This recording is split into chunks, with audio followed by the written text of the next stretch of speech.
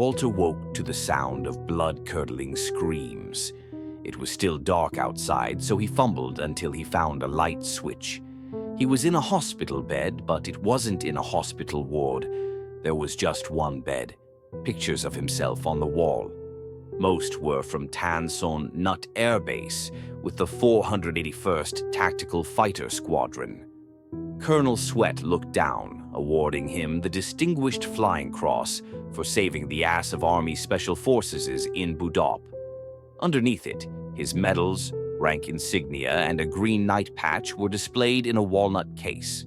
A model of an F-100D sat on a table. F-100D Model 2, F-100D Thunder Chief model. He was shaky, but he slowly climbed out of bed. When he tried the door, to his amazement, it opened. He peered out. 2 prison guards in nurse uniforms were tackling a prisoner. The prisoner screamed in protest and tried to defend himself, but he didn't have a chance. One guard turned to him and said, "Do you need help getting back to bed, Mr. Schmidt?" Walter took that as his cue to retreat. Back inside his cell, Walter pondered where he was as he inspected the figure of the airplane. Very nice. Great detail. It even looked like his old Hun, down to the correct camouflage paint and green triangle on the tail. Then he carefully examined the rest of the photographs. Of course, he recognized his and Mary's wedding picture at the Air Force Academy Chapel. He noticed a portrait of his dad with Anne, Mary's mother. By it was a framed snapshot of Dad and Anne. People of all ages he didn't recognize surrounded them, everything from smiling men in their 50s to young women holding babies. He paced his cell until morning, unable to sleep. A little Oriental woman in a nurse's uniform knocked as she stepped in. "Are we feeling better today, Mr. Schmidt?" she said with a pronounced accent. Walter turned around, looking at her. Why would they allow a Vietnamese nurse in an American military hospital? "Who are you?" he replied in confusion. "Where am I?" She pointed at her name tag. "I am Mei Ling. This is Hollybrook Senior Living." No, she was Viet Cong or Red Chinese. He must have been captured. He could hear other prisoners. Many were screaming. "Name, rank, and serial number," he yelled. "That's all you will get."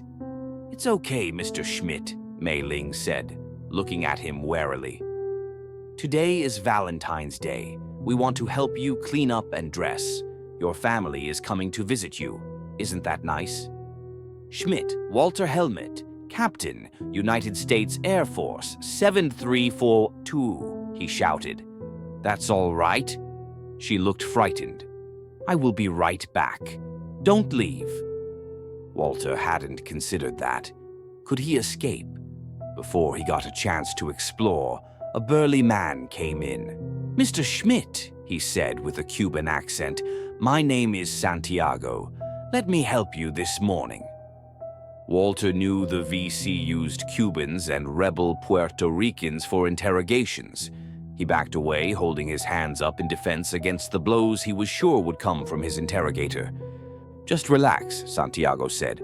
"You don't want to be all stinky for your grandbabies on Valentine's Day. Do you need help to undress?" He decided to choose his battles carefully. Maybe he could lure them into a false sense of security. He tried pulling his shirt off, but was too weak.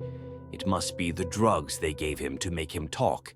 Showered and dressed, Santiago put him in a wheelchair and pushed him to a dining facility.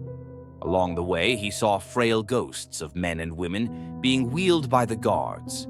How many other prisoners in the camp? Where was he? The mess hall was festooned with pink and white streamers with red paper hearts on the walls. Walter had heard how the Korean War POWs had been starved. The chow here looked delicious. Scrambled eggs with bacon twisted into a heart shape, oatmeal with a candy heart, whole wheat toast, and prune juice. They didn't give him any silverware to eat his porridge. "Please, a food shovel," he said, gesturing as he ransacked his brain for the right words but could not find them. He was so frustrated that tears came from his eyes. After breakfast, they wheeled him back to his room and gave him what they said was medicine, pills, and an injection they said was insulin, more mind-control drugs. Walter struggled, but it was no use. Santiago and another big ape held him while Mei Ling injected him. The truth serum left him feeling sad and tired and crawling out of his skin. When would they interrogate him? It had to be before their drugs wore off. A darling little girl in a pink dress and blonde pigtails burst into the room and hugged him. "Granddad, happy Valentine's Day. I love you." She looked sweet, but he had no idea who she was. Moments later, a couple entered his cell. "Dad," the husband said, "how are you today?" He resembled Carl, Walter's older brother. Not enough to fool anyone, though. The junior version of the strange man walked beside him.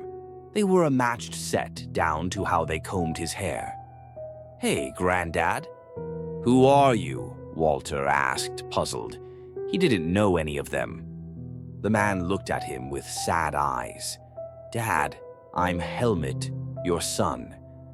"Happy Valentine's Day, Grandpa Schmidt," said a woman cradling a baby. Walter smiled back suspiciously, looking at the framed picture. "Where's Mary?" he asked. "Mom died last year," the man replied.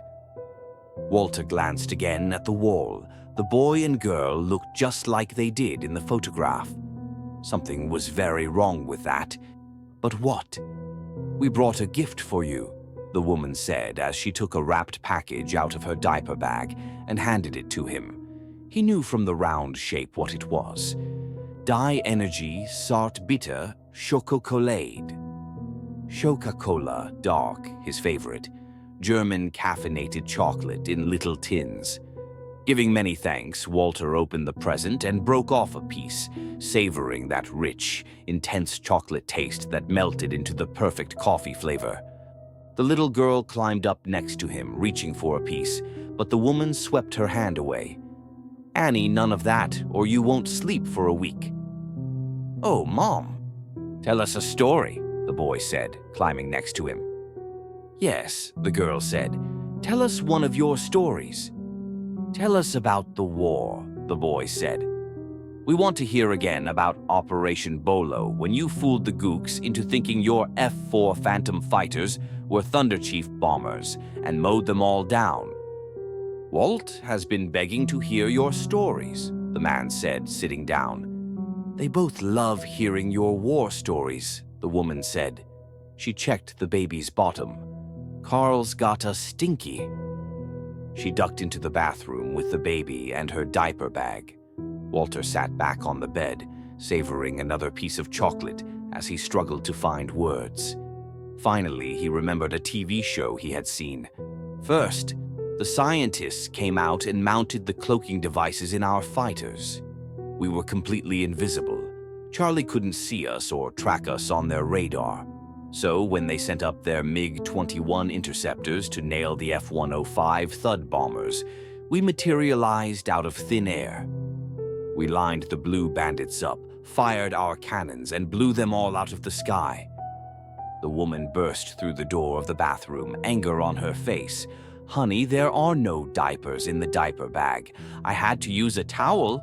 Why didn't you put more in?" "You didn't ask me to." "Yes, Mom did," said the boy. "We were eating breakfast." The girl nodded in agreement. "I was eating Cocoa Puffs and she asked it. You said you would.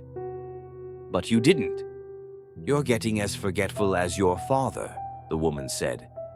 Helmut bit his lip and made it out of the room before he began to cry. Memories of his Opa wandering the house at night, dragging his bedsheet, flooded Helmut's mind. His Opa was 87 when his mind went. Dad was 73, and Uncle Carl was only 71. A wave of panic flooded over Helmut, thinking back to the little signs of forgetfulness he had seen in his dad for years but ignored. How long did he have until he didn't remember his own children? Would Carl and Annie even visit him on Valentine's Day? Mei Ling walked by on her rounds. "Are you all right, Mr. Schmidt?" "I'm fine, just a little emotional." Seeing your parents like this is hard. Helmut nodded, wiping his face with his handkerchief. How is my dad doing? Mei Ling shrugged. He still has good days like today, Mr. Schmidt, but the bad ones come more often.